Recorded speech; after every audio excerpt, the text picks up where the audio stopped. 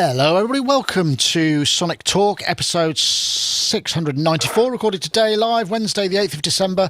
There's a little bit of shenanigans at the beginning, but I'm blaming it all on the new M1, so hopefully this will now be in the correct YouTube ID and I haven't completely blown it. Beg your pardon everybody, but it's the new computer because my MacBook Pro have finally arrived and all of my cookies haven't been set. That's my story and I'm sticking to it, but this isn't about a show about streaming technology woes. It's actually about music technology, hopefully not woes. This is the studio, synthesizers, recording, all that kind of stuff. Lots of different aspects to what it is like to be a practicing musician and producer and all of those things. So we welcome everybody. I want to say thank you very much to our friends over in the chat. We've got over on YouTube, we've got an IRC, and we've also got our Discords and Facebook Live, and that's what all the other places we stream. In fact, if you want to get hold of this is also an audio version which will be available at all good all good MP3 podcast outlets. Yeah, exactly. Pod shops, I suppose that's it. And while I'm here, I'll remind you that we've also got the Sonic Christmas quiz is on the 22nd. We're gearing up for that. We've got a special round of people who will be we've got a guest round, so everybody's sending in videos, so we've got a variety of celebs and whatnot to ask you questions, which may cause more hilarity and chaos than usual, just when I was getting on top of things, but we'll see how it goes. I also want to say thank you very much if you're a supporter of ours on Patreon, but if not, please do head over to patreon.com/Sonicstate. We've got the pre-show, and we take the ads out of all of our published videos that are monetized on YouTube, so you can access them there, as well as patch extras, downloads, sample kits, all kinds of stuff like that. So head over to Patreon for that. And there was something else I was going to say as well, which I've completely forgotten, but I don't suppose it really matters. Anyway, I want to say thanks to all of you for those support. Oh yes, that's right. If you do join us during the show, it should, because it's real time, at the end your name will appear in a big thanks screen. So if that's any sort of incentive, I know it's fairly light on incentives, but if you needed just that little bit extra to tip you over the edge, there you go. Right, let's say hello to guests. Let's start with Mr. Jamie Liddell, who is there in his home in Nashville. I saw a photo, Jamie. You've been swanking up your studio and tidying up and making it look all nice. So yeah, I did do that. Yeah, I've made a kind of masterclass. I can't really talk too much about it. You had to tidy up. I suppose I spilled the beans. Yeah, I did. I had to sort of tidy up, but it was good. You know what I mean? I went through this crazy process of like, okay, my tidying up mentality was like literally remove everything that you're not going to use, and I was like, all right, well, just put everything in like boxes essentially and just get it out. It was amazing how much tat I had. Just, I mean, you know, I put the tat in another room basically. The famous tat room. Yeah, I've got a great tat room. It's awesome. But I'm actually gonna like leave this studio in a few months. We're building a new thing, and it's going to be a lot smaller, and I'm going to have to be way more organized. So I'm going to make the tat room a real thing. Sort of potentially organized tap room. I'm excited about it to have I'm going to try for the first time in my life to have a super minimal setup. And then just when I need something, I can just walk downstairs and grab it and take it up. I know. I understand that process. Yeah. So it's minimal. Remove the clutter. You've still got the clutter, but it's behind closed doors. So you can then access the clutter when required. You know what? If someone comes up with a good solution to this might help all studio people, yeah? How to organize wall warts. Because I was thinking what might be good is to have like a long power strip, relatively long, and just plug them all in, yeah? And like have a wall in your garage that just has like a bunch of these dummy power strips, and they're all plugged in and named, so they're not in a box, because the traditional method is like throw it in a box. Which in the beginning you're really good at. Yeah. I know what you mean. You know what I'm saying? That's not a bad idea. I'll tell you, I mean, because we get a lot of stuff through here. So the first thing I do when I open a box is I put a bit of high-vis tape on it and I write what the power supply is, because essential.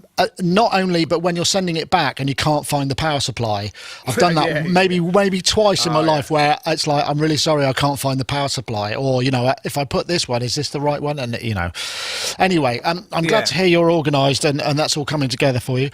Much like Unwin, I believe. You've got a sort of clutter room, or not a clutter room, but a sort of a room where everything else is that's not in there, right? Ty Unwin, of course, composer and all-round synthesizer chap.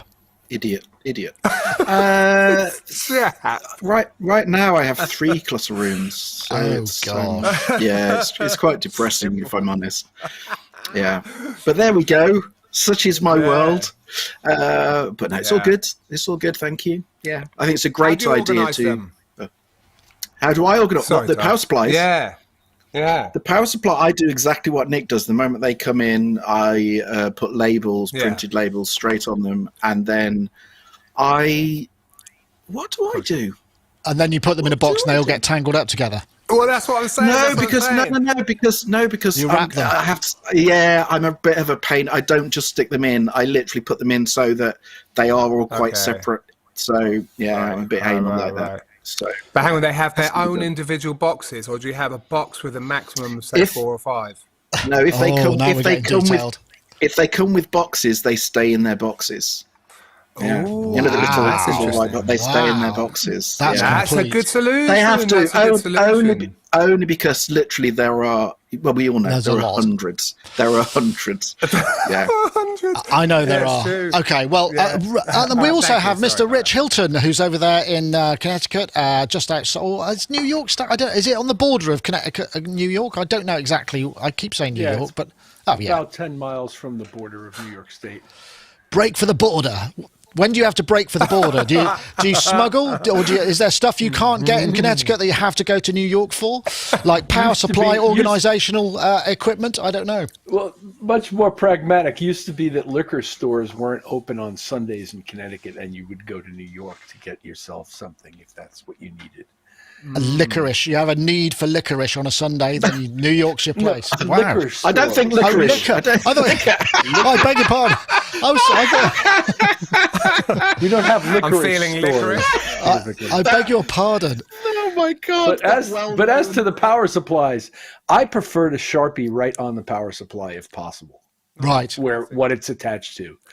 Because I've had tapes fall off, they dry out, they go away, they just and it doesn't, and I'm not precious about writing on the thing at all. I just want it to be associated with the right device. Yes, I think that's very, very, very wise. Well, such wise words to start a podcast with. I think from all three is got to be amongst the first. I wouldn't say it's the only time it's ever happened, but I'm just, it's a pretty.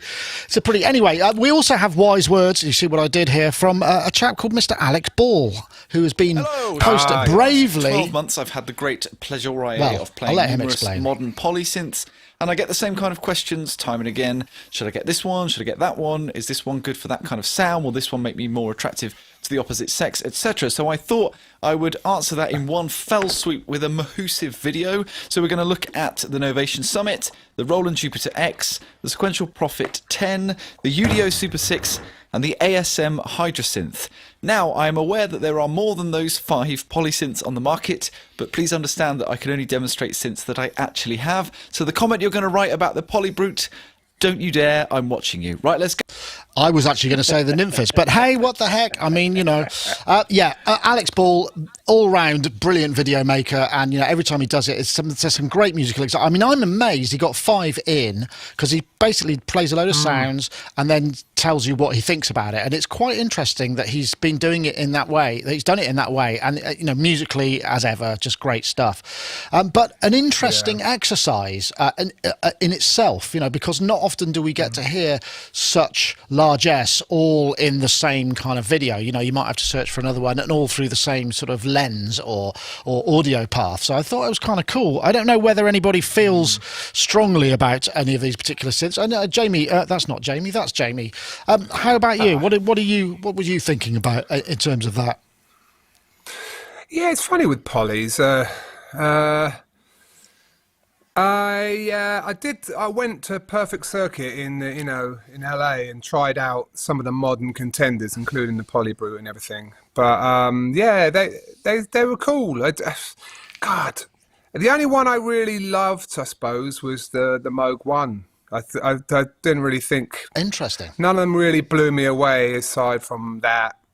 you know, poly, I'm a bit weird with poly stuff, but I mean, I can get into that in a minute. But I have the old ones. I know it's funny, isn't it? Because I'm friends with RJD2 and he has a CS80 and he's like, the thing is, the CS80, you plug it in and people are a bit disappointed with it just straight out of the box. As I remember Ty going on about, like, people go on about the chroma or whatever. I've got a chroma. Raw out of the box, it sounds like a bit of a toy, you know, by today's standards, because they throw so much business on at the end oftentimes, so that you're kind of like wowed by the effects chain more than the actual raw oscillators. We've heard oscillators, we've heard them pure, we've heard them through various stages of filters. And really, I mean, I can get into it. I've really got quite deeply involved in building a polysynth in Eurorack and looking at how each stage, each part of the VCA path, each level that you run the signal through, how it affects the end result. And it's hard to do in a poly. It's hard to really maintain that signal integrity. So I tend to be the kind of person that likes the path to be as short as possible so that I can kind of do my business at the end, as it were. So I like quite a simple one, and I probably would have gone for the Prophet, but then I am a Prophet fan, and like, I know you guys aren't particularly Prophet fans, but I always was. And so yeah, you know, yeah, I'm a bit of an odd one like that. I like the Moog 1 because it's pretty fancy and it's just so powerful in terms of modulation possibilities. It just feels like you'd never get bored. But, you know, sometimes I would say, like, the signal integrity felt a bit weird. You know, it felt a bit noisy, and there was a lot of iOS problems. Yeah, in the one, sorry. Yeah. But anyway, you know, everything comes with its pros and cons. Obviously, Alex, fantastic. If you don't know him already, you're in for a treat. He's just such a great entertainer. Alex Ball, the thing I love about him is he puts the musicality first and just gets you into, like, musical examples, you know, rather than talking too much, you know, which I'm doing. Yeah, well, and I do quite a lot as well. But Rich, I know we had this conversation last week, didn't we, where you were sort of saying you were quite enamoured by the Polybrute, and I've got one here which I've been playing with, and I had a chap come over to the studio to say, I'm thinking of getting one, can I just have a fiddle? And he just sort of left going, yeah, I'm going to get one. But it's a shame it wasn't there, but it's quite a different experience to perhaps those other ones. The other ones feel like they're more traditional polys, whereas the Polybrute is a little bit more like a polyphonic monosynth, I would say, in many ways. Well, yeah, and as relates to the list of 5 that he went through and the Polybrute, I have yet to lay actual hands on any of them. So everything I say is substantially speculative, but also based on numerous video examples that I've seen and heard of these various instruments. Alex was great. I enjoyed his video. He's always entertaining and very musical, as Jamie said, and enjoyed these instruments, seeing them compared, hearing them. Anything stand out to you? The Prophet, the sun came up, especially after what was it, the Udo 6 that preceded it. Yeah. Which I'd like. Again, I haven't laid hands on it, but I haven't been blown away by anything I've heard yet. I know very, very highly respected people and friends of mine who love the thing. I think Robbie was going on about it recently. I guess. So I am interested to be more impressed than I currently am with it. And, right, that's an interesting. Good way of putting it. The Prophet sounded great immediately and like a Prophet, and did all that wonderful stuff. And no, I don't care that it doesn't have effects built in, and that it's in mono. The Roland thing is like the ARP Omni of its day. It's trying to do everything all at the same time, and it seems to do all of these things very well. All of the sounds that came out of it sounded like strikingly familiar, and I'm not sure that's... Yeah, very Rolandy, weren't they? That's what I thought. Yeah, I thought, God, that sounds like a Roland. Yeah, no, they all sounded very familiar and desirable and good, but it just sounded almost too familiar to me in terms of the sounds.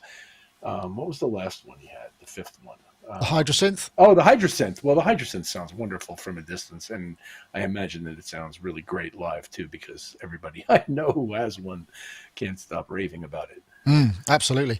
Ty, was there anything... Are there any in this list that you haven't got? No. Right. I think that's a good... So in many ways, you're well placed to kind of... If you had to choose... If you had to choose one of them and say, right, I need, which would be the most useful? Do you think? Maybe if we turn it that way. It wouldn't be the polybrute, right? Because I've got one of those as well, and it's. Do you know what? Of that lot, they all do different things. They all have different qualities, and this is the thing about polysynths, is the fact that, because in the same way that Jamie isn't really, it is a bit not funny about polys, but it's not really his thing. For me, it's all about polysynths are my automatic go-to. Yeah, they are. They just are, and so that's why they all do something different. They all bring something different to the party. The Super 6 is actually really, really very good and very clever. But I understand completely what Rich said about the demos just don't really do it justice. It is one of those where you do have to actually sit down with it and have a good time with it to suddenly start finding all these sweet spots. There's loads of stuff it's not so great at, but when you find the sweet spots on it, it's lovely. And that's kind of the same for all of them, really. The Prophet 10 I really like, but in the same way that you were saying about the Roland sounds a bit familiar, I kind of find that with the Prophet stuff, really. I'm not over it, but it does what it does really well. But it's the same with all of them. The Jupiter X is lovely. The Hydra Synth is obviously a different beast because it's a lot, digital. And the Summit, I mean, no one's mentioned the Summit. The Summit is just that's interesting. Yeah, it's a great all-round polysynth. And they're all very different. And I'm not being down on the polybrute, but everyone knows kind of my opinions on the polybrute. It's just the basic thing for me is that I think the modulation possibilities and all of that side of things are absolutely fantastic, and the possibilities of what you can route to where and how it is fantastic. But for me, the raw sound of the oscillators is just it doesn't sound great to me. I just don't like the sound of the raw oscillator. Interesting. And I'm completely with Jamie in terms of the Moog one is out of, I mean, obviously it's a lot more expensive, but the Moog one is a sweet instrument. It's amazing. And the Quantum, of course. No one's mentioned the Quantum. Quantum. Yeah, well, I think I think the Quantum is one of those synths that, again, even though it's sort of piled full of presets, when someone plays them to you on a YouTube video, it doesn't make you kind of go, you're not going, wow. But Simon Forsyth lent me his desktop version, and I played with it. And as a thing, it is it's just such a beautiful, beautiful piece of equipment. Yeah. When you get your teeth into a Quantum, the kind of stuff you come up with is just absolutely, it's phenomenal. It is a really great synth. Well, they're all different. That's the thing. They're all different. They're all different. It's like trying to choose a favourite child. Yeah. Yeah. The one that troubles you the least. The one that needs the least amount of repairs, I suppose. Right. No, I started that sentence and I should have just finished it before it got going. But there we go. Before I have time for this, what I'm going to do is I think it's time we heard from Mr.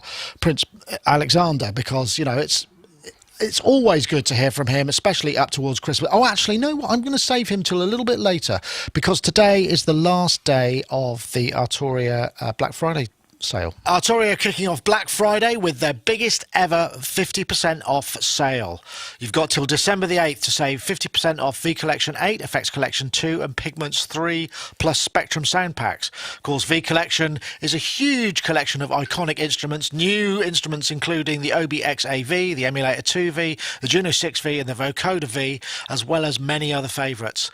Effects Collection 2 also adds EQs, compressor diode, bus force and the classic DIMD, as well as phaser, flanger, chorus Juno 6 plus other EQs, delays and other processing. And of course Pigments is their flagship software synth that's not anything specific, but is a very impressive instrument in its own right with a fantastic modulation matrix. If you're already a customer, log in and get even more discounts. Just head over to arturia.com right now. And yeah, we thank them for their support, and I know quite a lot of people have picked up some of those deals. I actually haven't done any Black Friday business at all. I feel quite not smug, but maybe replete, clean. Yeah, there's no need. It's available all year round these days. But hey, I probably shouldn't be dissing the sale givers. Anyway, let's get on to the. Speaking of, well, we've also, let me just line this up because I just got to make sure I've got my button to press. VCVrack 2 is also in the house. Released the other day. This is actually quite a big deal. It's got a lot of new features. Let me just find my 30 built-in modules, 170 plus official modules, 2,000 modules available. Available in 2 flavors. The free works on Windows, Mac OS, Linux, and is in source code. And you get the Pro version, $99 till 2022, and the Rack 2 Pro Plus VCV drums and soundstage bundle, 139 till 2022. It's kind of a big deal. I think that because VCVrack, when it came out, was massive. I mean, it's because it's the freemium module, so you get the stuff. I mean, we know there are other modular makers out there. We've got Cherry, we've got Softube, who we know make really good stuff, and the VCVrack they were sort of the first to get there, I think, with this. And this looks like a really good upgrade. I'm going to come to you first, Jamie, because I know you were talking about decluttering, and I guess modular is quite clutterful. Yeah. Have you thought about using this stuff, or does it not float your boat so much? Well, maybe I can do a walk-in cam. Is this too risky? I don't know. You tell me. Walking it's cam? Working. There's yeah, there we go. So look, here you go. Look, this is my polysynth, right? And I've tried to be as decluttered as I possibly can. Nice cableage. You can see that but it's still a lot, and this is completely unpatched. Look how clean it looks when it's unpatched. It does nothing. So that's it. I mean, I don't know. Look, I like these things. I got an iPad Pro recently, and I got the kind of VCVracks for the iPad. It's called something else, isn't it? It's got M something. And I expected to just have a really good time. Just think, this is so cool. I can take a bunch of mutable instruments, things I don't have, and just make, a poly out of 6 of these, really expensive modules. But the problem is I just fundamentally use modular for the experience and the sound, and neither of them are present with the virtual versions for me. Right. I mean, it's really, if I want to do that kind of stuff, I just wouldn't.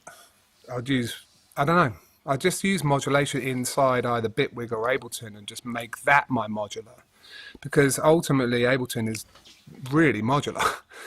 I get really deep into Max for Live, and I get things talking, and there's people like Kentaro's Max for Live plugins, which are ridiculously powerful, and they can cause all kinds of modulation mayhem.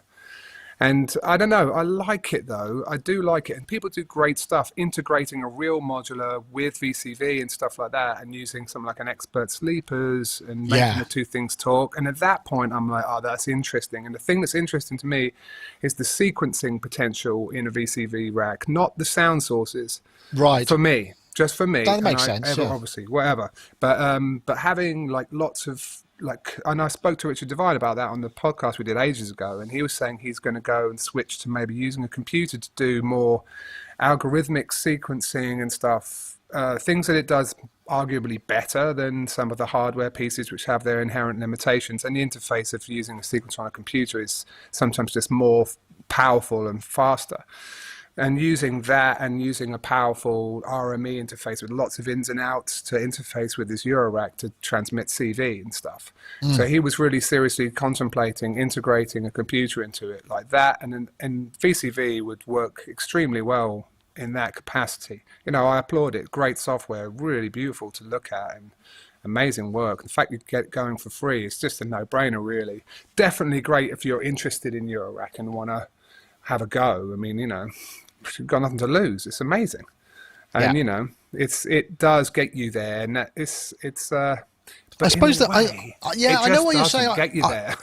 But I suppose the thing is that what probably is quite powerful about this, and this is what I'm thinking about, is it's the sort of thing that you can prototype in. So you build. It's like, this is what I want. Something like this before I buy it all. Would it do it? I mean, I don't know, Rich. I mean, you kind of you started out. You know, when you were learning music. You know, you said you did a Music Concrete, and so you've learnt on some of these kind of modular systems. You've done some of this work. I mean, the ability to prototype sort of before having to go and find the hardware or do the hardware is probably quite powerful. Maybe that's where it lies. It really helps lie. And also people who just want to use this in place of, you know, having to get into the modular thing, which is a major commitment, right?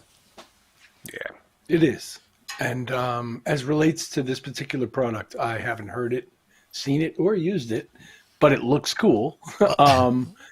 As virtual modular goes, I have Soft Tubes modular and have used it a bit, but not a ton, but it sounds great to me. I mean, it does sound good. The actual sound of what comes out of the thing is really impressive to me. It's not a place I go often, is modular world. And I know that's sort of, you know, out of fashion at the moment because everybody's going to modular world. But, depends what you got to do, you know, I think. But, yeah, well, where I need it or where I can use it, you know, enjoyably, I like to use it, but it's not a place I dwell that often, so I don't feel terribly qualified in this particular that's cool topic. I mean, so Ty, you've got some modular stuff. I mean, again, you know, working in the media composition, there's just you don't get the time budgets to be able to kind of noodle on a modular synth. Is there? I mean, no. Is there any merit to something like this for building things up in advance so that you could then maybe utilize them at some point later, you know, when you're kind of going, all right, actually, yes, I could do this. This would work. I think there's a huge amount of merit for this existing and what it does. I mean, I bought quite heavily into Soft Tubes modular like Rich did, and much like Rich did, I haven't really used it that much because I thought I'd use it a lot more. But the whole experience of doing it on a computer, it doesn't feel. Yeah, it just doesn't. It's just, you know, it just feels different. What you're saying. Yeah, it does. Yeah. But at the same time, exactly as you said, the fact that, you know, kind of the standalone is free, and so anyone, you know, kind of if you think of it, that if you go and buy a Eurorack is essentially a standalone instrument. That's what it is. And what you've now got is you can go and get a standalone instrument. If you've got a laptop, you can use it as a standalone instrument for nothing, for literally nothing. And you only have to pay if you want to buy the versions that include, you know, go into your door. And even if it doesn't sound as good as modular, or even if it, you know, it sounds, I don't know, I've never played with VCV, so I can't comment. But even if it just sounds good, I mean, it's free. And exactly as you said, it's for people who don't know whether they want to get into modular. And I could give you 1,000,001 reasons why you wouldn't want to get into modular. But if it's free, then give it a go. Then, you know, I think it existing is fantastic, absolutely brilliant. And yeah, if you've got any interest in it, download it and give it a go and see if it's for you. Yeah, I know. I think that's totally fair enough, and I think that's the thing about. I mean, the thing that excites me a little bit is both with Soft Tube and VCVrack. VCVrack less so, but Soft Tube is quite DSP hungry. But now I've got this M1. I don't know if they're native yet, but I might try a bit more because you can get a bit more out of it. Because sometimes you get to a situation where you're going, "Oh, I'm on a roll. I want to. Oh, I'm done," and there's not much more I can get out of this system because, you know, it's one of those pieces of software that hasn't made compromises. You know, and that's why it does sound good, and people say it sounds good. It's a hard fact to point. It's like, well, look what I get for nothing, what I have to pay for. It's a difficult argument to make unless you can have a comparison and go, oh yeah, I hear the difference. You know, I mean, but it's one of those sort of scenarios. So yeah, I think it's good for them, and it's still free. Let me see if I can find it. I've got the VCVrack here. That'll be me there and that button there. Yeah, so you still get a whole bunch of additional modules and you can buy them, you know, and what's good about them, the ones that are not open source, they sort of license, so you know, the original makers will get a piece of the action, so it's actually it's a pretty reasonable and sort of nicely thought out way. They're not silly money either. No, that's they're the not. Thing. I mean, I was looking through, and it's like £25 or dollars, I can't remember, for like 16 modules. Yeah. You know, so it's it seems really reasonable, even if you do buy into it. Yeah. Do you know if there's some kind of bridge between when it does work in the DAW? I was thinking what could be a really nice modern move is to have some kind of OSC-based bridge protocol. So you bring in like a plugin into Ableton, some kind of Max for Live thing, and it kind of bridges with VCV, and you can use it to essentially do modulation in VCV, like a bunch of free modulation, and then map it all. I think it'll work. It will work in it's got a VST wrapper. I mean, it'll work in AU and VST, so you can actually have it from within. And then, if you've got an interface plugged in, like an Expert Sleepers within Bitwig or within whatever, then it will integrate with that. In fact, I should point out that Matt Hodson, who is our modular kind of panelist, he's the one who's deep into it as well. He's having a look at this, so hopefully we'll have a video from him what he thinks about it. So we'll have some information to go with. That would be a nice futuristic move, though, like not actually doing any audio at all, just strictly taking the modulation with high resolution modulation, not MIDI resolution, and then you could really start to appreciate like the designs that have gone into the Eurorack modulation modules. You know what I mean? Creating complex envelopes and complex LFOs and using those inside your DAW. Now that starts to get interesting. It's like you're kind of using VCV as a kind of strictly for modulation. I think that's quite a common approach. I think that's the way. So you keep the filters and you keep the oscillators and maybe the VCAs in analog world or in module world, and then you just use the control from elsewhere. I mean, I'm talking about purely in software, not actually interfacing with any hardware whatsoever. Right. I'm talking about just VCV is modulating things like a sampler instrument in Ableton. Yeah, I think it can be done. Your volume and panning information and mapped. Right, I see what you're saying. Pretty sweet. Anyway. I see. I understand what you're saying now. Yeah, I don't know. I mean, I'll have to have a look at that, but that does look kind of interesting. Matt. A question for Matt. Now, here's something. I'm going to run this one in quick before we get on to Mr. Charles Alexander, because we need to speak to the Prince as well. But here we go. This is a really cool, and now I think it's sort of almost like Volca-esque kit.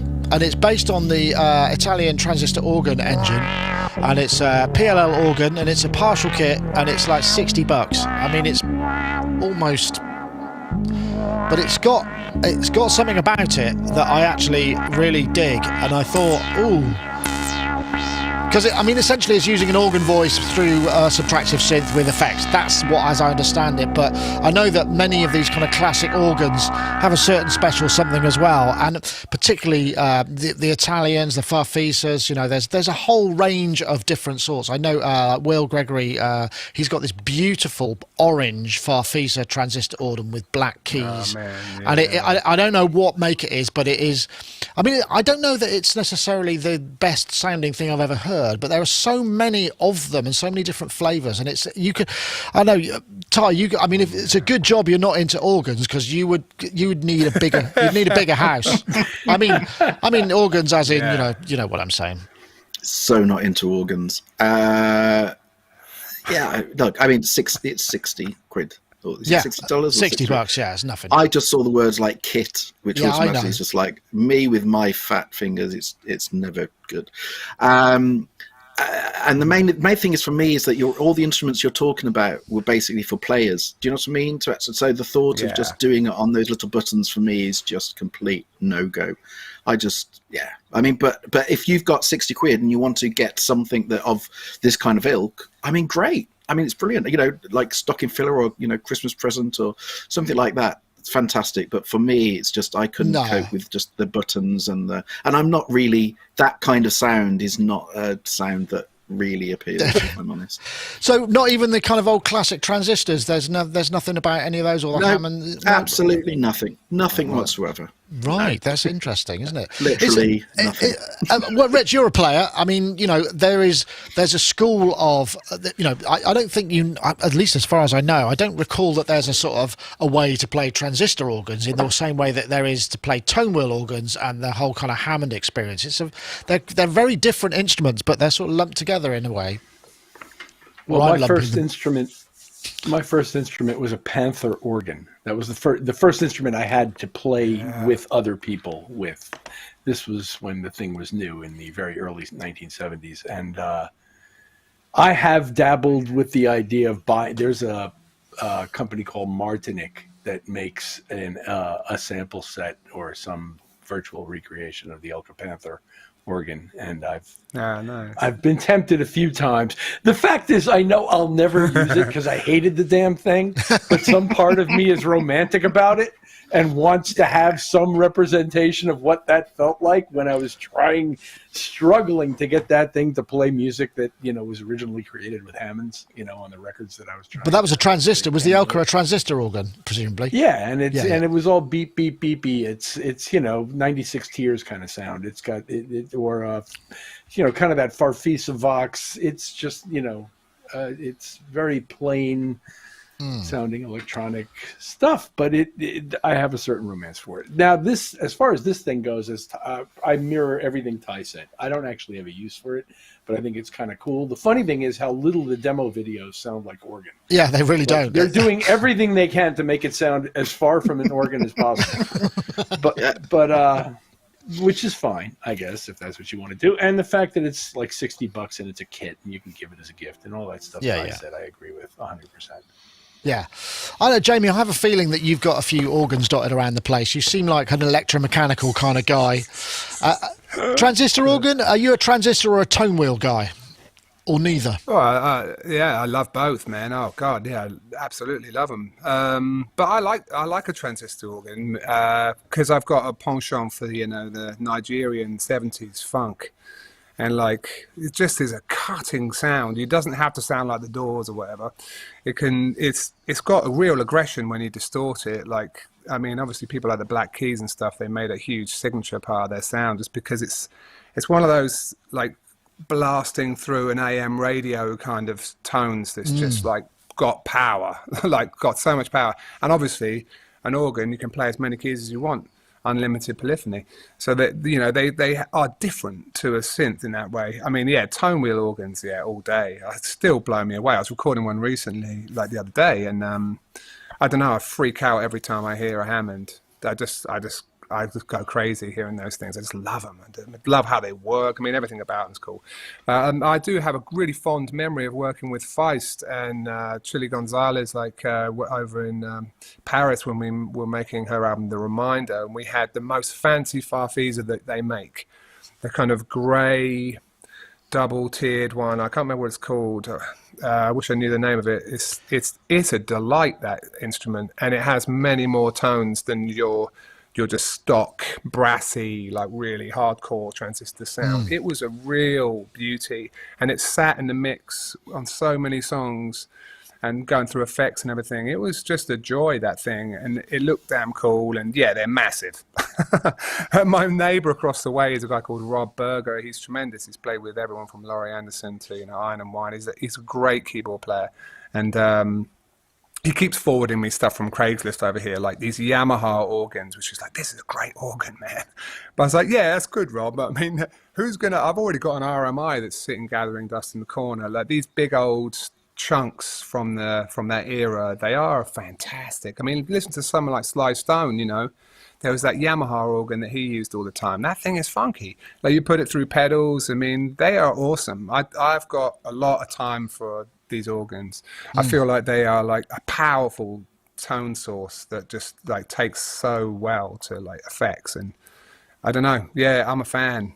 Interesting. This little box doesn't sound. It's only mono. Yeah, it's a mono. It's a mono. But it does look like a really fun kind of Christmas kit. Yeah, no, sort of for those with maybe older kids who are just hey, listen, because it doesn't sound bad when you finish it. Because a lot of those little kits, you finish it and it's really naff.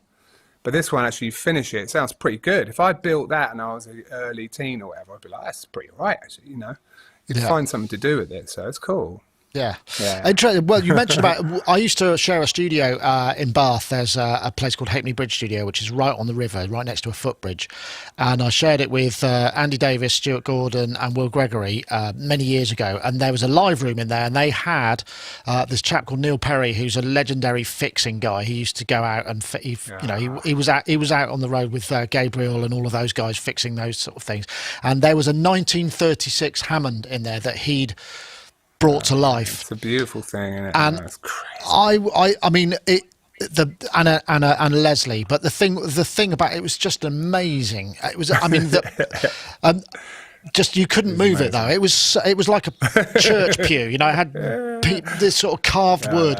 But the beauty about it, I mean, because I recorded it a few times. We had a couple of remixes where I wanted to do solos, and Andy Davis is a good organ player, and he would play, and I sort of, because he'd be in the other room, we didn't have camera links, and I said, I can just do that again, and he'd just come in and go, look at my hands, because this is 1936 with the sort of really sharp waterfall keys, and but the thing that I loved about it, the tone wheel, it's got like a starting procedure, so where you kind of like start the engine, and then you kind of, it's almost like the ignition on a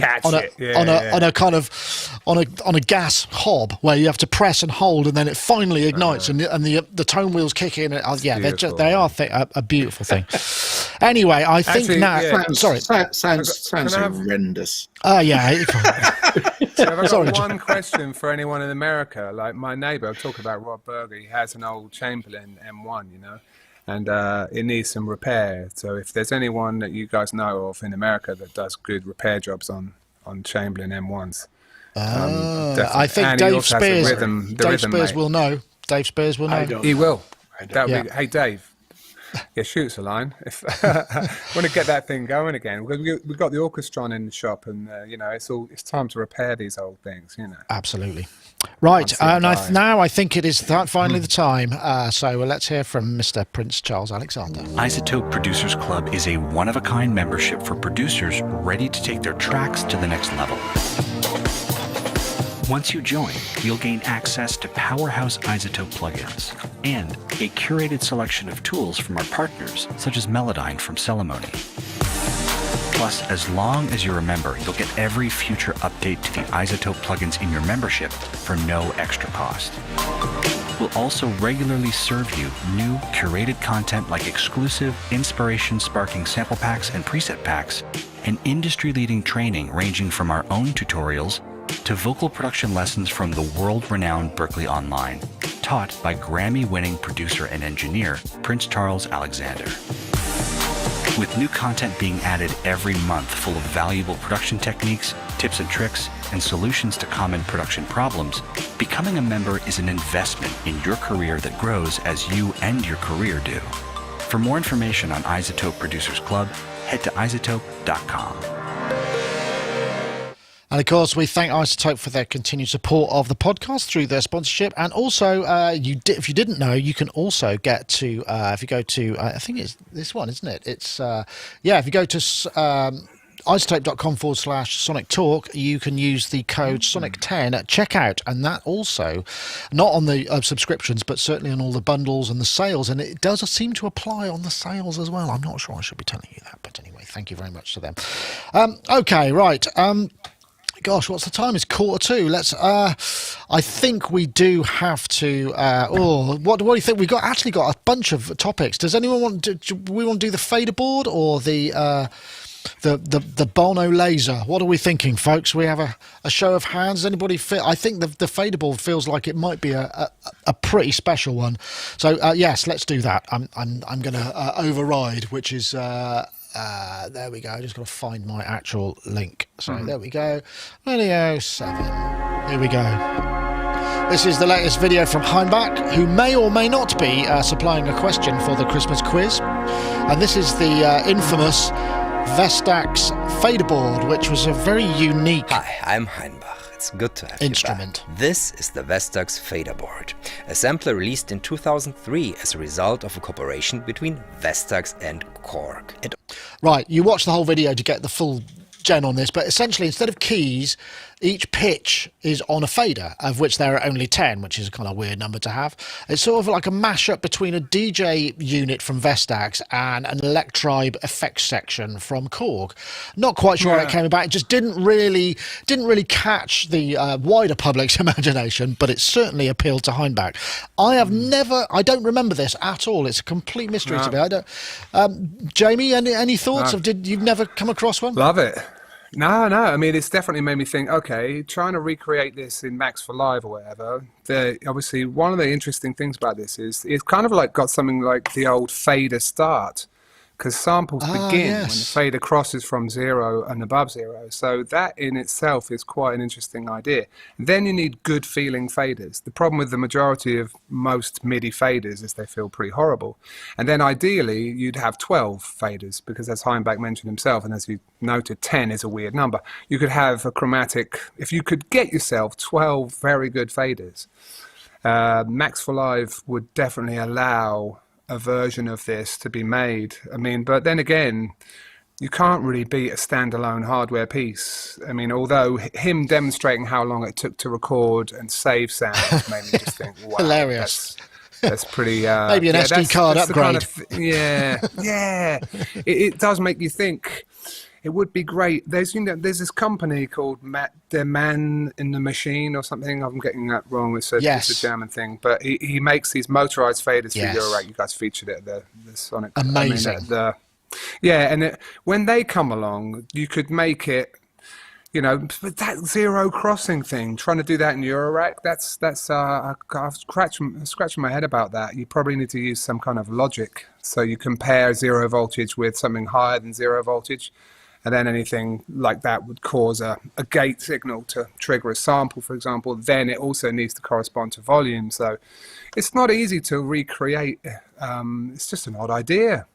But I like it. And watching him play it, it's very intuitive. And, you get that little touch of that, whatever it is, I'm not in love or whatever that, when they put all the loops on the faders, and it's like a bit of that, isn't it? It is a bit. I mean, it's interesting. I mean, because I thought it was an individual one per fader, which was kind of makes sense, which reminded me of the way that William Orbit used to at Guerrilla Records when they were doing remixes. I mean, his legendary way is he would have a 24-track master, which he would separate into kind of like, I think, 4/8 or maybe 1/7 because of the time code, and they basically have stem out 3 or 4 different remixes of the same tune and then just play the desk by flicking faders up and kind of going, this bit's coming in now, this bit, and that's how they used to actually arrange the things, so save it and then maybe edit it up afterwards as well. It's interesting that Rich, because the whole fader start thing, that was originally broadcast, wasn't it? They used to have a little like a detent at the bottom. Sometimes you have faders that go up, sometimes they would go down, and they have a little sort of click at the bottom, which you would then activate the channel to stop. And they flip them the other way around to stop producers with cufflinks from accidentally turning the talent off or up or something. I think you seem to remember. There is a story, but this looks kind of cool, doesn't it? It's sort of a cool toy to me. On the grand scale of things, this is all bah humbug to me. There's no part of this that interests me other than the fact that you could probably twist things into sounding interesting and then go ahead and record them and use them in some way. But the idea of actually operating this thing in real time in order to express something is not particularly appealing. Yeah, and I get that. There is quite a barrier to entry, isn't there? As we've said before, Ty, a few times, it's the sort of, you want frictionless creativity sometimes, don't you? And this probably isn't it. Yeah, but I like the idea of it. I like anything that's a bit different, and I like anything that's a bit quirky. More to the point, I like anything that makes you approach something which you're used to in a different way. And what I like about this is the fact that, I've got like kind of 4-track cassettes and an 8-track that basically I just kind of record ambient stuff on and basically just play the faders, exactly like you're talking about the William Orbit thing. And I don't really, and because what I do quite often is I've said this before, I move about with the harmonics so that essentially they're all in the same kind of key, but they're moving all the time. So basically when you're playing the faders, you don't really know quite what you're going to get. And so it's a bit aleatoric. And so it's, I do that a fair amount, and so this is a kind of version of that. Really, if you recorded, kind of a loop that's got some movement in it, and you're playing the faders, you don't quite know what you're going to get, and that in itself, to me, kind of justifies its existence. I mean, I didn't have a clue. I didn't have a clue about this existing. But anything that makes you look at anything in a different way, in a way that isn't your go-to, I think is great, because you're always going to find someone who's going to use it creatively. I wonder if there's I wonder if there's a warehouse of these somewhere. Yeah, right. If there was, I'd quite happily have it. What are the best MIDI faders then? If you wanted to do this in MIDI, what are the good MIDI faders out there? Oh, that's a good question. Anybody got any thoughts on that? I don't know. Well, I've still got my Kenton Control Freak, because that I kept that purely for that reason. The quality of the faders on that, it's built like a tank. And there was that back in the day. There was that, and there was the PV. Square pusher one. Yeah, they were the two. And there was a stage where, I'm not going to use Control Freak again, but I got the Control Freak 16.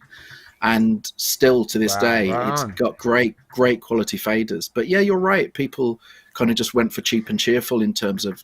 I think it depends what you want to use them. It depends what you want to use them for. But for musical, Have you guys tried the Icon ones? The Icon faders? I know. I've got an Icon. I've got an Icon Platform Nano over here, just there. How does that feel? Well, it's motorized, so it's sort of it feels all right. But I mean, I'm not doing much. Could be good. I suppose. I think you're right. I think the Man and the Machine from the Super Booth, if you get a chance to check those out, that looks really fascinating, because the way that they are programmed is just insanely clever and really useful. And I think they may be. You could, maybe and you could get something really exciting with a sort of a fader board modern version, where you could essentially press and put your faders into like a looping automation, create like moves and let it cycle, so you kind of don't just leave it as a static thing. So you create then you're basically a massive mechanical wavetable synth. Absolutely. I mean, you start to sort of see it as this potential, and of course you wouldn't be limited. Like this thing is only capable of playing one sound across each fader, but if you made your own, you could put different partials on each fader. And and look, the drawbar system, as we were talking about. An additive, yeah. It was very, very intuitive, and it would kind of not be dissimilar to that. And obviously Alessandro Cortini with his famous 4-track, loops, and like it sort of gives you little shades of that. And there's a reason why that works so well. It's because it's intuitive, and it's because it's fast, because it's on faders, which bring you back to my gripe is like, where are the good faders then? Where are the good faders? Yeah, that's what I want. I just want a simple bank of 16 faders that are decent. I mean, I like the idea that it comes back to Kenton, because I'm gonna. Do you want motorized though? I mean, if motorized is kind of key, I think, and could be kind of important. Yeah, I mean, I'll take motorized. I still got the artist mix from Avid, which when you can get it to interface with anything, which is quite a nightmare, it's beautiful. It's great. The faders are cool, but it's just such a nightmare to use. There's something I can't remember what it is, but I saw something on Facebook, and I showed an interest in it, but it's some guy, I can't remember where it was, Italy or Germany or something, who's basically doing kind of this, but just with 4 faders. But what he's done is he's designed this box, which is literally just 4 incredibly, so he says, like the best quality faders. But I have a feeling you can link them together. I showed an interest. I can't remember where it is now, but hopefully when that appears, I did save it somewhere. So hopefully when that appears, that may be the answer. But he's already said basically it's going to be expensive, but it's because it's quality. So, but I'm trying to find if it's that guy. I can't remember. Anyway, yes, it's good so call. Funny how we've come this far. We've come this far. We've denounced things like the big boards back, with their Penny and Giles faders or whatever, for like convenience. But unfortunately, the whole reason those things were so expressive and so good for mixing was because the damn faders felt incredible. And you could really express yourself, and you were touching actual sound. Not in the case of an SSL, obviously the VCA, but in case of some consoles, you're really touching the passing audio, and it's very alive. It's a very, there's no latency. I miss all that stuff.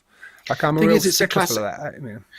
It's a classic example of, kind of a few years ago, everyone wanted touchscreens. You look at like kind of all the Slate stuff, all the MTIs and the MTXs and all that kind of thing. And they're great. And you love the idea of it. And you love the idea you can have an iPad with virtual faders on, and it's all touchscreen. Everything's touchscreen. And you're exactly right that once you go down that route, you suddenly go, it's a bit, I tell you what it is. It's the equivalent of mid-80s. We all want synths that haven't got any sliders or knobs on.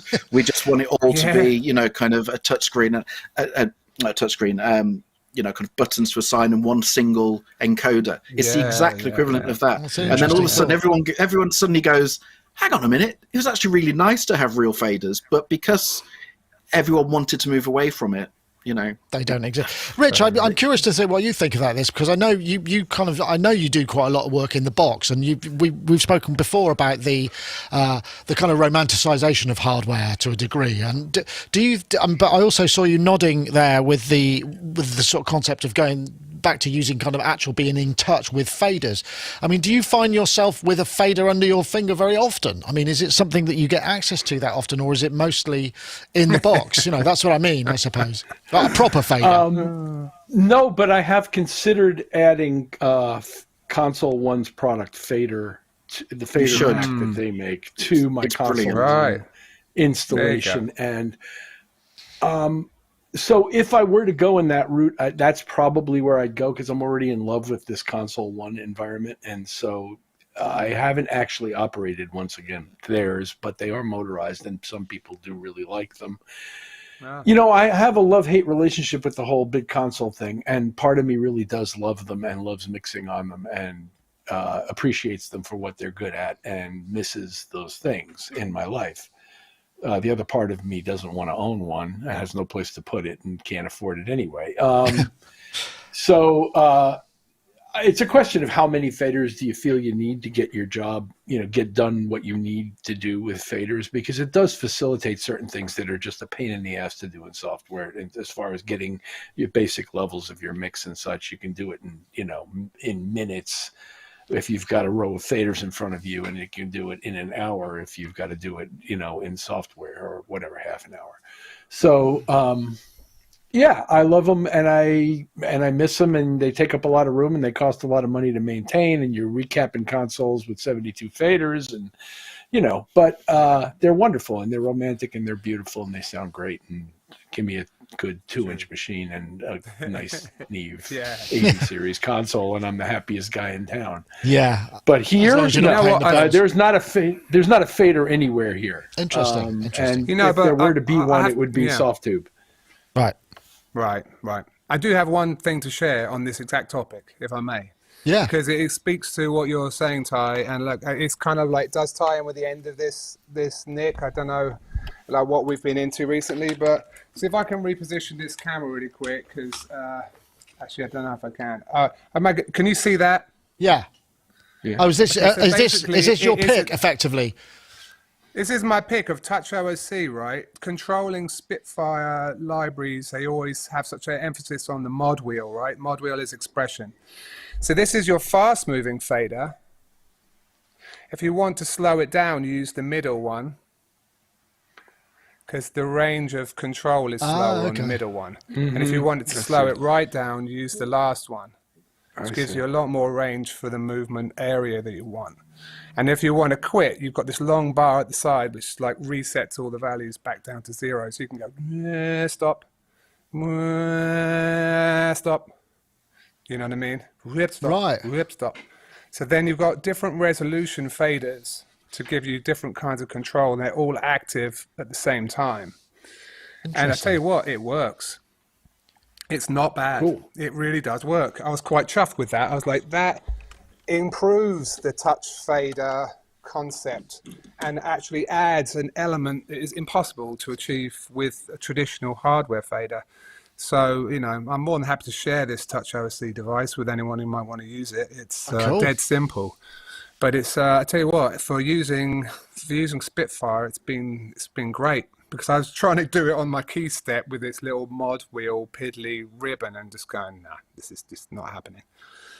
And with a real fader, it would be cool, but you know, I've been into Touch OSC, like I say, and adding that like reset potential is actually really handy as well. It's version 2, isn't it, at the moment as well? Yeah, yeah, nice one. 2, yeah, nice one. They're good. Nice one.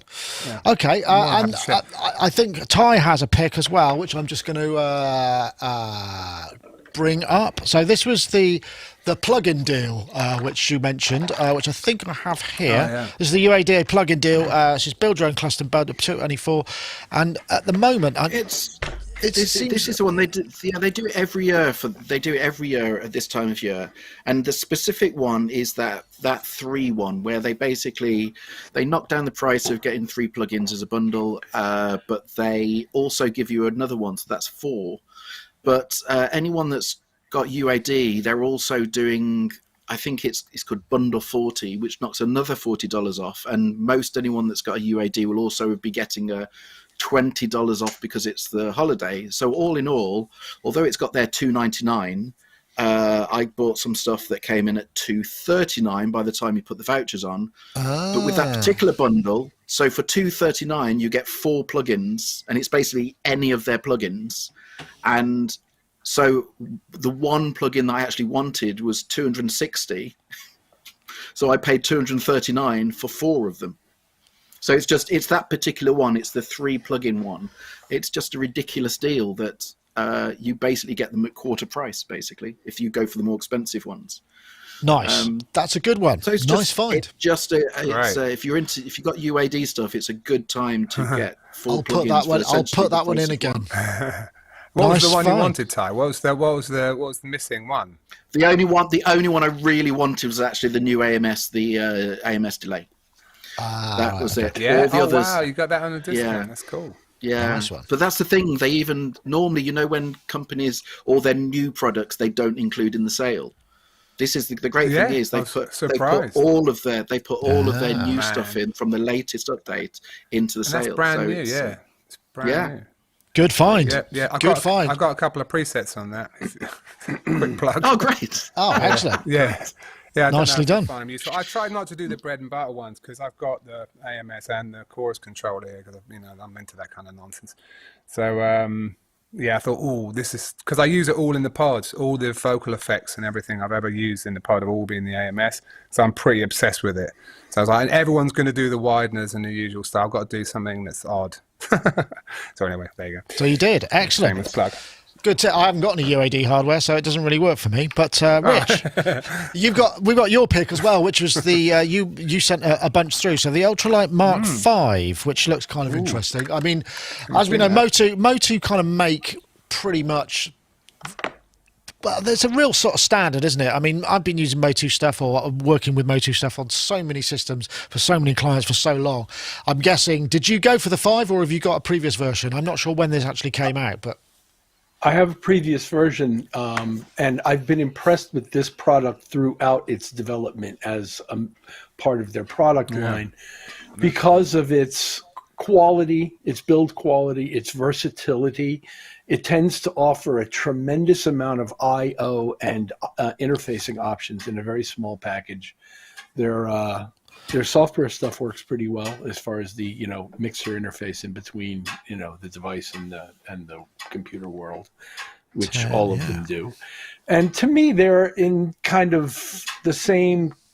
I consider them like American RME, if that makes any sense to you. Yeah. As far as where they position themselves in the product world, they're not Apogee, and they're not Lynx, and they're not that, and they're also not Behringer and some of the lower end PreSonus ones, although PreSonus makes some very nice products. But I just think that this is a really excellent combination of size, cost, quality, build quality, versatility. In the old days when I bought one, it had a whole ton of interfaces on it, like FireWire and various USBs and things like that. So they still interface well, and they still, I'm sure, work well. Yeah, I think this one's USB-C, but I think they do AVB ones as well, but I don't really know where we are in terms of networked audio. I mean, it's like lots of people say Dante seems to be winning in terms of where people are going, because there's a lot of widget. Certainly in video production, Dante seems to be the way it works. But I don't know. I haven't got any audio. I mean, I think we've got the Behringer X32 here, and I've got an AES 50 stage box, but I would like to get all the audio network. But yeah, good. Well, this is like a $550 box that just has 18 or 20 I/O and a lot, and then a good sound and some pretty cool features and nice metering, and Nice. It's just, I think it's a product that's always impressed me, and it still does. And I don't actually need it, which is why I haven't bought it. But if I did, I would. If something came along where I needed to be able to do what that thing does, that's probably what I'd get for that kind of money. If I wanted to spend twice to three times that kind of money, I'd get something else. But yeah. Oh, cool. It's cool. Nice one. Well, I've got a sort of a tip which is not really very it's not really much to do with music, but it's a really cool tip. So quite often, there are lots of services that say they will transcribe audio for you, and whatnot. But I found a really brilliant tip, which is it this one? If I press that, yeah, that'll do it. Auto transcription, and it's just a little life hack where basically, if you open a Google Doc and you go to tools and you just say voice, and then you play your video or your audio, the mic will pick it up and type it out in the document in front of you, which is just really handy. It doesn't do timecode based stuff, which would be really nice. So, if you could say at this point in the timecode, so you've got something synced for subtitles or whatever, but just as a sort of, I need the words that this person has said, and I don't want to pay for a subscription service, because either you have to join and then you're paying monthly, and it's like you usually just need it like once or twice. If you need it every day of your life, you're probably going to go a different route. But if you need to just transcribe some audio, this is the way to do it. And that was by Barbara Krasnoff on The Verge, which is just it's just a really cool tip, a useful thing that people may find useful, perhaps. Yeah. So. We seem to have got to the end. Well, there are more topics, but I like to save them just in case we have a shortage, because we're getting up for Christmas. But it's lovely to have you all here. Jamie, what's next for you? Thank you. Of course, you have the fabulous podcast. Have you got any more episodes for hanging out with audiophiles coming up? I did take a bit of a break because I've been tracking. I've been actually trying to get an album done, foolhardy exercise. But no, it's working. I spent a ridiculous amount of time trying to build this quadraphonic panner that would be in the room with all the musicians, and it kind of worked. Maybe not as well as I'd have liked, but anyway. That said, I've got a lot of tracks kind of coming along nicely for an album, so that's why the pod has taken a bit of a back seat. But yeah, right. I've got a couple of guests coming up that are going to be nice, and yeah, that's it really. Just kind of my mum's coming over for the first time in years, so that's massive, huge event, and we're just gonna hang out and hopefully I'll do nothing. That'd be amazing. Sounds great. Lovely. Lovely. Yeah. And also, Mr. Ty Unwin, thank you very much for joining us. I know you're a busy guy, and hopefully are you sort of wrapping things up for Christmas yet? Excuse the pun. No, unfortunately, it's one of those times. So what happens is the directors always think, okay, well, we'll just bugger off for Christmas, and then when we come back in January, there'll be the score written, and so that's what happens every single year. And this year is not really any different. I got a locked film at the weekend. So that's got to be delivered end of January. So the thing is, for me, Christmas is my favorite time of year. I'm a complete Christmas freak. And so I'm trying to balance that, doing family stuff, but still kind of having to do some work, which I'm not really into these days. So work is just it's the thing, overrated. The days of me killing myself are long gone now. Well, there you go. So I'm sure it'll be a lovely Christmas for you, and hopefully we'll see some or all of you. I don't know quite what we're going to do for the Christmas quiz episode, but I do know what we're trying to do, and it's just a question of whether we can pull it off. We'll see whether we can pull it off. I want to, because I've invested so much time in this kind of quiz engine, and now I've got all of these things that work with quiz engine. Well, it means that I can show we just need someone marking the scores, and then we've got a live scoreboard and, all that kind of stuff. So it worked very nearly right last time, and I think I've got it right this time, but we added this idea. It's Chris Midiera has said, we should do a round with YouTubers. So we have actually got a bunch of people who are submitting questions. Some are quite long and drawn out, some are quite short, so it might be an interesting round, and I've got to figure out how to play 10 videos and 10 answers in my system when I haven't got quite enough buttons. But, we'll get there. Anyway, Rich, lovely to have you as well. I hope you're... have you got stuff for New Year and Christmas? It's usually, there's some big chic gigs, aren't there, around this time? They're usually one or two. At the moment, there's nothing on the schedule for Christmas and New Year's as far as sheet goes. So I will have time to attend to family, which is a beautiful thing. And in fact, there's a New Year's Eve wedding I will be attending. Wow. A family member who I love dearly and can't wait to see. And so, often we'll have guests here at my house and I'll cook. So there'll be a bunch of cooking going on. And oh, that sounds great. And then there's some work things to do as well. But yeah, inevitably. Yeah, it's all good. Excellent. Yeah. Oh, well, nice one. I'm glad to hear that. It's nice. I mean, it's because Christmas for me has always been right in the middle of NAMM planning, and I don't have to do that this year. I didn't have to do it last year either, and it's kind of quite nice in a way because I just go, right, we shut down the offices between Christmas and New Year, take a week or 10 days off and try and get some content to go out. So that's the thing I'm trying to work on at the moment. But anyway, that's it. We're there. Thank you very much for everybody for this week. It's been a real pleasure as ever. I hope you all have an enjoyable whatever's coming up for you next, and we'll see you all soon. So, and don't forget if you've actually join Patreon, your name will show up in lights any second now. So let me just press the button to end the show and we'll be right with you. Anyway, thank you very much. See you all. Take care. Bye-bye now.